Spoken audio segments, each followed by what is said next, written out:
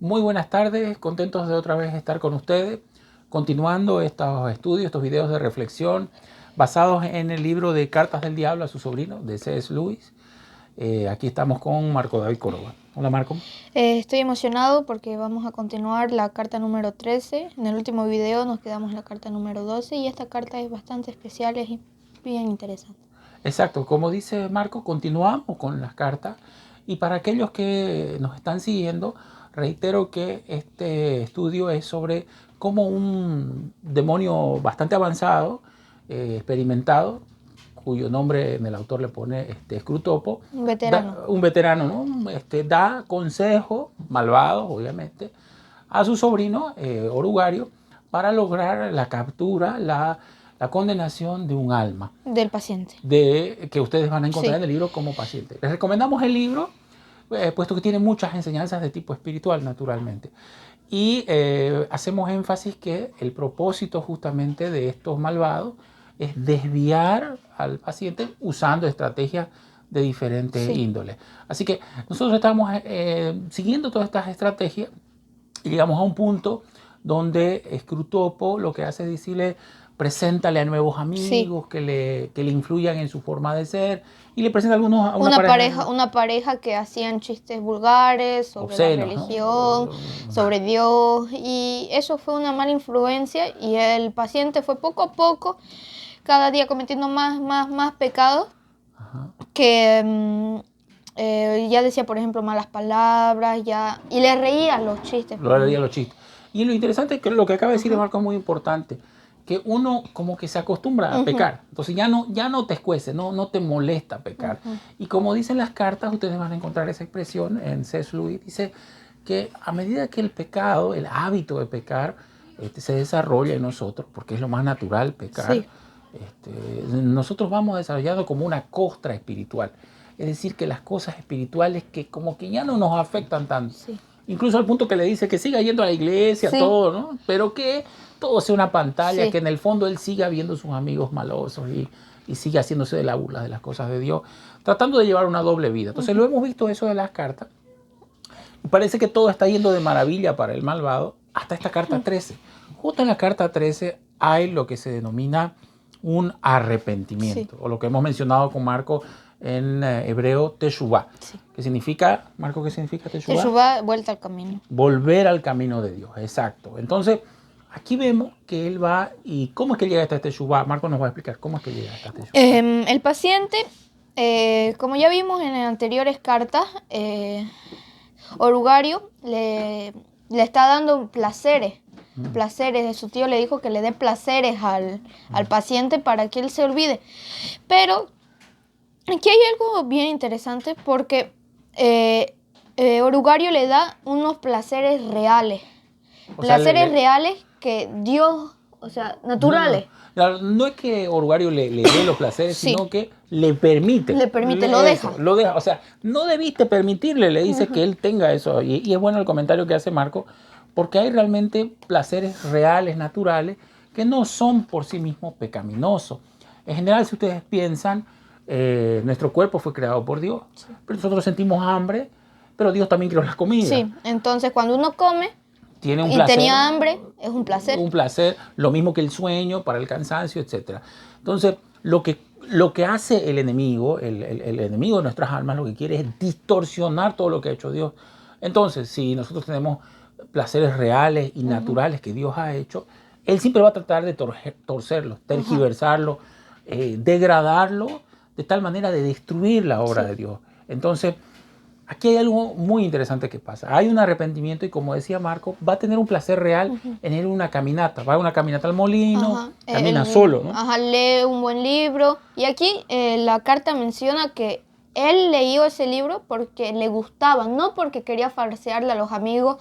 Miren, leí tal libro. Él lo leía porque a él le gustaba el libro. Exactamente. ¿Cuántas veces nosotros hacemos cosas para impresionar a otras personas? Leí el libro que está de moda, para hacer comentarios astutos, inteligentes, y solamente por un motivo egoísta, no por un motivo auténticamente real. Como que a mí me gusta jugar ajedrez, no digo que, que juego ajedrez para hacerme el muy inteligente que los demás, o digo, hago cosas para farsear, ¿no? Para ser farsante.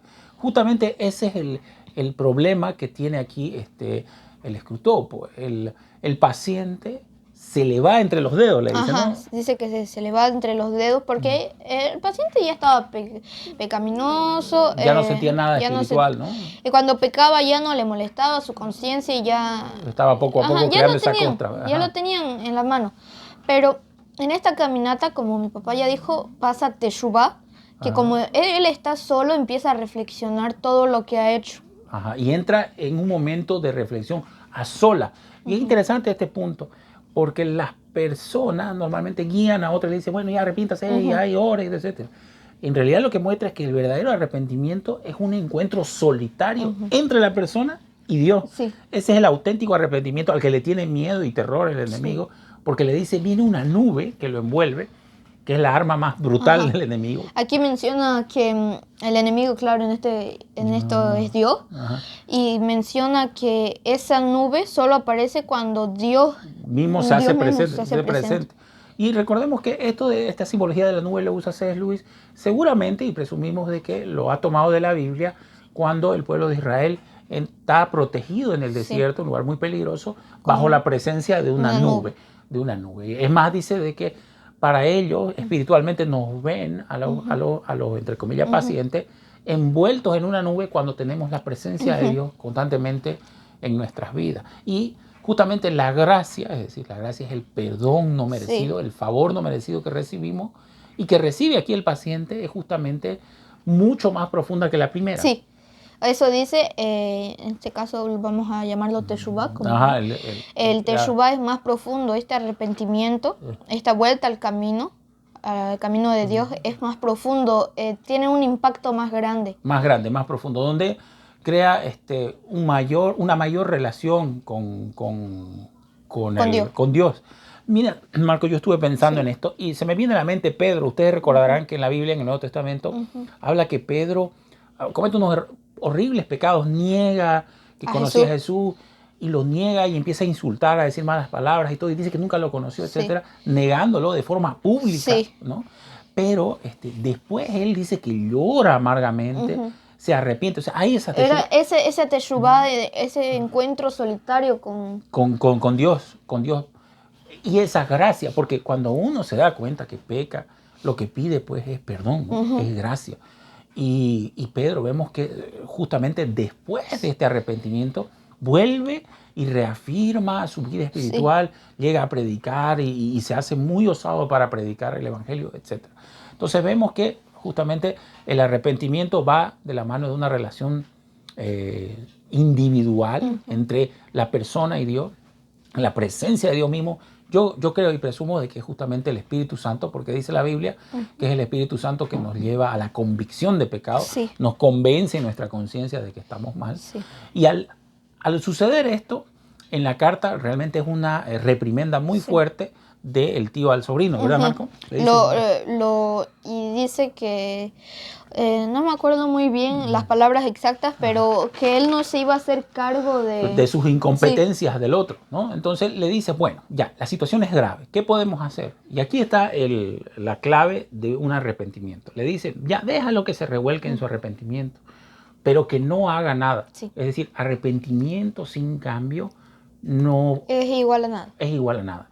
Si yo puedo revolcarme en mi arrepentimiento y como dice, lo que escriba un libro, que piense sobre eso y todo, pero que no haga nada. Porque finalmente la vida espiritual es una vida de acción, donde lo que yo hago es producto de mi vida espiritual. Es decir, no puedo separarlo, mi vida espiritual en un lado y mi vida real activa en otra. Es parte de un solo todo. Pero, ¿puedo darles el ejemplo que tú me diste? Claro, por supuesto. El ejemplo, por ejemplo, mi papá me dio este ejemplo. Digamos que yo me quiero levantar a las 5 de la mañana y quiero estudiar. Voy a decir, mañana me levanto a las 5 de la mañana y voy a estudiar todo el día y voy a cambiar. Pero cuando llega el día de mañana, te dormís hasta las 9, te levantás, no estudiás, etcétera. Quedó en una especie de idea. En una idea que no llegó a nada. Exacto. Y quiero leerles esa parte justamente porque Marco acaba de tocar ese punto. dos partes de la carta 13. La primera es donde hablamos de la conversión, del arrepentimiento. Equivale a una segunda conversión y probablemente más profunda que la primera.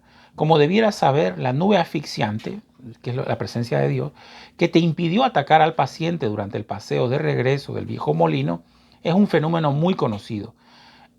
Es el arma más brutal del enemigo y generalmente aparece cuando él se hace directamente presente al paciente. Como pueden ver, y aquí corto la lectura porque la lectura de la carta ustedes la tienen que hacer, es justamente la presencia de Dios se manifiesta con un corazón arrepentido. Pero ese arrepentimiento tiene que producirse en obra. Tiene que ser una acción. Una acción. Como dice la Biblia, la fe sin obra está muerta. O sea, no hay fe.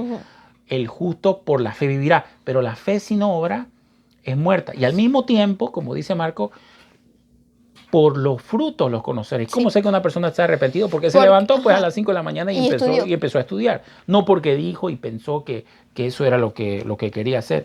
Ahora, el punto que tocábamos de la estrategia. Uno de los puntos más importantes de esta estratagema. Estratagema. Exactamente. Quizá en la versión en español ustedes van a encontrar esta palabra que es la estratagema, que es decir, la estrategia del malvado, su estrategia malvada es que nos quiere cegar de la realidad, no ver que nuestra vida espiritual muchas veces está en déficit, está muy mal, está creando una relación hipócrita, etcétera.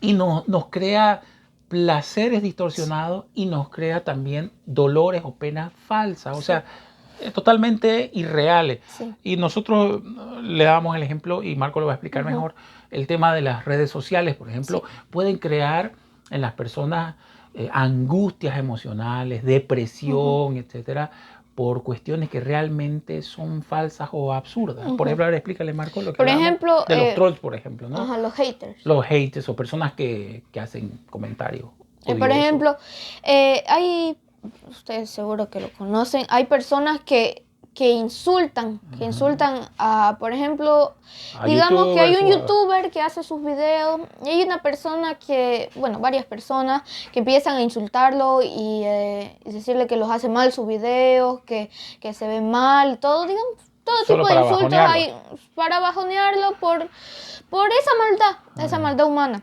Exacto. Y este youtuber, han habido muchos casos de que personas así de las redes sociales han llegado a quitarse la vida. Entran en depresión. Entran en una depresión tan grande que llegan a quitarse la vida por comentarios de personas que probablemente no conozcan. No conozcan. Y es interesante que dice eso. Fíjate, si lo dejaras que pasara 5 minutos de dolor de muelas, le decía, le va a dar una noción de realidad. Porque lo que no quiere el enemigo es que realmente nos demos cuenta de qué es lo real y qué es lo que es irreal. Aquí no ve que en la carta menciona esos escritores. Sí, aquí habla de unos románticos, ¿no? Le dice así, a través de condenar a tu hombre por el método romántico, si tratases de condenar a tu hombre por el método romántico, haciendo de él una especie de Child Harold Werder, autocompadeciéndose de penas imaginarias. Wow, amores imaginarios, cosas que realmente están en un mundo irreal. Y que te desvían totalmente de la realidad, de lo que es tu mundo concreto, ¿ya? Esa es la estrategia. Entonces, justamente yo creo que en el fondo la gran estrategia de las redes sociales es hacerte perder el tiempo, ¿no, Marco? Perder el tiempo, crearte falsos amigos, falsos enemigos. Hablamos de personas que quizás muestran una imagen que no es la real y vivir, como dice alguien que una hija le dijo a su mamá, yo quisiera tener la familia de la cual tú presumes en las redes sociales. De personas presumen una familia, una felicidad que realmente no la tienen. No la tienen. Es importante esto, que esa es una de las estrategias del maligno, crearnos angustias que realmente no existen, solamente para atormentarnos y alejarnos de Dios. Ahora, sin duda de que nosotros tenemos que pensar que nuestra arma espiritual aquí es seguir las enseñanzas de Jesús. Y Jesús dijo, si alguno quiere ser mi discípulo, niéguese a sí mismo, ¿no? Tome su cruz y sígame. ¿Qué significa negarse a sí mismo? No significa la anulación de mi identidad, sino negar a todos estos impulsos naturales, ¿no, todos Marco? estos placeres naturales malvados. distorsionados por Ajá. el malvado, ¿no? Distorsionados por el malvado, que uno quiere hacer. Claro, que le sale natural. Ujú. Mentir y todos los pecados realmente no es un gran Sí. cosa, mentir, robar, etcétera, porque Pero es un pecado. no es una gran cosa decir, no sale con mucho esfuerzo. Eso quiero decir, no es que tenemos que hacer un gran esfuerzo para pecar, eso está parte de nuestra naturaleza maligna, De nuestra carne. que aunque hayamos hecho teshuvá, aunque hayamos empezado una relación con Dios, vamos a tener esta lucha constante entre el enemigo malvado que pone malos pensamientos en nosotros, nuestros propios impulsos malvados y un mundo, y en esta palabra mundo quiero decir la influencia de las redes sociales, de la televisión. No solo de las redes sociales, sino de todas las personas a tu alrededor. A tu alrededor, que muchas veces sin saberlo, como nosotros no vemos lo espiritual, dice la Biblia que las personas que no están con Dios son manipuladas por el enemigo. Son usadas, como vimos en la pareja, ¿no? En la pareja esta que era rica, etcétera, que lo estaba llevando por el mal camino al Estaban pasillo. siendo usados por el enemigo, pues si se quiere, por orugario, para que su paciente peque más y más. Exacto. Entonces, en el libro, el mundo, en el caso del paciente, es esta pareja. Hasta ahora hemos visto que el mundo es esa pareja. Bueno, sí, el mundo se refiere a eso, ¿no? A todo lo, como vos decís, puede ser influencia de gente, de libros, de lo que sea, pero con tal, el punto es de que te alejen de Dios. Ajá, que te haga pecar. Que te haga pecar y que te alejes de Dios y que te acostumbre a ese estado de pecaminosidad y que ya no te sientas mal de tanto pecar. Bueno, esperamos que estas reflexiones les ayuden. Justamente voy a leer esta parte más de las estrategias malvadas, que son, por ejemplo, anular en nosotros nuestros gustos naturales, nuestros afectos naturales, nuestros talentos, para sustituirlo por otras cosas. Por ejemplo, dice ahí, hay cosas naturales que le gustan a las personas, como comer cocoa, le dicen, ¿no? O como jugar cricket. Puede ser hacer algún deporte, pintar, dibujar, etcétera, por el cual nosotros somos realmente bendecidos por ciertos talentos, ciertas aptitudes que tenemos, ¿no, Marco? Que es importante verlos de esa manera. Si usted hace algo bueno, le gusta algo de manera natural, tómelo como un regalo de Dios y ocúpelo justamente para Dios. Aquí menciona que en esas actividades hay una especie de inocencia. De inocencia, de humildad, de olvido de sí mismo, donde uno hace esas cosas porque le gustan. Eso es uno de los placeres naturales que Dios pone en nosotros. En nosotros, a medida que uno va creciendo espiritualmente. Bueno, léanla la carta, si tienen algún comentario siempre estará bien recibido. No quiero dejar de pasar la oportunidad de saludar en Bolivia a Analí Montserrat, a Nazaret, a Vicky y a Angie. Gracias por el audio que nos mandaron y bueno, que Dios los bendiga a todos, que estén bien y sigamos leyendo. Esperamos con Marco ser más constante en nuestros videos. Que estén bien y que Dios los bendiga.